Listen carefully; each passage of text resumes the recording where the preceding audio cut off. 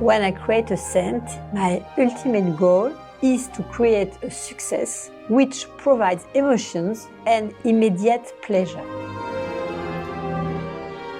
In the world of perfumery, very few names are spoken in the same way Anne Flipo's name is spoken about. Today, we are going to be talking about Anne Flipo and her work as a perfumer. This is the first female perfumer I will be speaking about during this Nose Behind Perfume series. I grew up in a country house surrounded by a beautiful garden. Each year, I impatiently waited for the first flowers, the first fruits, the first falling leaves. That garden made me who I am today. Someone anchored, completed by the vastness of the ocean. Anne Flipo was born in the region of Picardy in France, which many other perfumers come from. And this region is known for its floral fields. So I think that's where her interest for perfume peaked at an early age. And she studied at the same institute that Francis Kierkegaard also studied at, the YSL PCA in Versailles. And she continued her career from there. And today she is now the master perfumer of the IFF Perfumery Company. This is another big perfumery company after Givaudan, the largest one, where we have groundbreakers such as Quentin Biche, Jordi Fernandez, and so on. What are some of Anne Flipo's most famous works that you may be familiar with? She is known for YSL Libre, the whole Libre collection. Lancome's La Vie est Belle, probably one of her other most iconic scents. Jo Malone's Brasilard Neroli, Givenchy's L'Interdit, and a few other scents. Anne Flipo is also the nose behind other famous scents such as Invictus and Olympia by Paco Rabanne. Olympia Intense is one of my favorite perfumes, by the way. I wouldn't go as far as to say that Anne is a luxury perfumer, because I have noticed that her scents are more tailored towards the mass market, not necessarily niche or luxury. I think the most high-end brand that she has worked with is YSL. As compared to other perfumers such as Quentin Biche and Jordi Fernandez and Francis Kierkegaard, who have worked with more higher-end and luxury brands, Anne Flipo is more tailored towards the mass market, working for more widely available brands. Quand je me promène dans mon jardin, je ne peux pas m'empêcher d'avoir les mains qui vont traîner, et dès que je vais croiser une aromatique, je vais l'effleurer et je vais porter mes mains au nez. J'ai joué avec toutes ces aromatiques, le basilic, le thym, le romarin, le cœur de marjolaine, le cœur d'armoise. As for Anne's creative process, as with any perfumer or creative, this all starts from a moment of inspiration. So, Anne, what she does is, for example, she will think of something that inspires her, and then she kind of, from the moment that she thinks of what ingredients she wants to put in her top notes, her heart notes, and her base notes are things that are sentimental and are of lasting memory.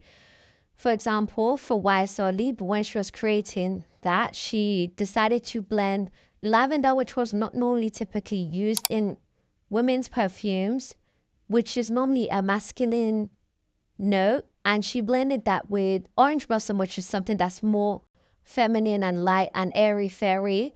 And that's the boldness that we see within YSL Libre that we love today. We have so many different versions of it. My personal favorite version is the Intense, and this has caused so many other brands and companies to dupe this unique blend that Anne has formulated. As for her ingredients, Anne loves a floral note. She loves her lavender, her orange blossom, her jasmine. She also really likes the vanilla. Vanilla is a staple for all perfumers, and honestly, it's loved all across the board, no matter what kind of perfume scents that you find yourself gravitating towards. And also she uses some more interesting materials such as vetiver, something that's quite fresh and lemongrassy scent, We can tell Anne is a perfectionist by her work because the way in which she works is that she continuously tests her perfumes hundreds of times until she reaches the perfect blend that she believes will be loved by the market. This is a pattern that I have noticed with master perfumers. People like Francis Kerkajang, Quentin Beach, they don't stop until they find what's perfect. And that's the reason why we love their scent so much. And with all that, despite being a master perfumer for decades, the learning never ends with these kind of people because they love their work so much. And that's something that's so inspiring for life in general, don't you think? Now, Anne has stated in an interview what her favorite perfume note is. And to my surprise, her favorite perfume note is actually neroli. I was expecting it to be jasmine, but jasmine is one of her favorites, but her ultimate favorite is neroli. And I can see why she works a lot with orange blossom because orange blossom and neroli tend to have that similarity. I just think she's a citrus florally gal. With all of this fragrance work, anybody, any human being would get overwhelmed and tired. So what does Anne do to combat this pressure that she may be feeling? Because she has stated in interviews that sometimes she may be working on several different perfumes all at once. And also sometimes one perfume can take up to 9 months to create, and that's the minimum, by the way. Imagine working minimum 9 months on several different perfumes at a time. That can be very overwhelming. So what Miss Anne Flipo does to combat this pressure that she may be feeling as a master perfumer within the industry for several decades is that on the weekend she decided to shut it all off. No smelling of any perfumes. Yes, she described in her interview that she decides to shut her nose off during the weekend so she can recharge and get to the best of her senses for when she goes back to formulating perfumes in the lab and create the best work that we enjoy as consumers. Don't you think that's inspiring? Another method that I've noticed that Anne uses, I believe, to take off the pressure of perfumery work that I believe that other perfumers should implement too is she collaborates a lot with other perfumers. She has collaborated with Dominique Ropion, she has collaborated with Carlos Badame, and so many other numerous perfumers. This helps to take the pressure and eases some of the work off of you as the work is shared 50-50. I believe other perfumers such as Francis Kerkjan, Quentin Beach, Jody Fernandez should implement this method within their work as it allows for them to have rest and keep their creative juices flowing and channel that energy into other works that may be coming along the line. All right, folks, that's the end of this week's episode of the Nose Behind series, where we presented the beautiful Anne Flipo, our first female perfumer that we are talking about on this channel.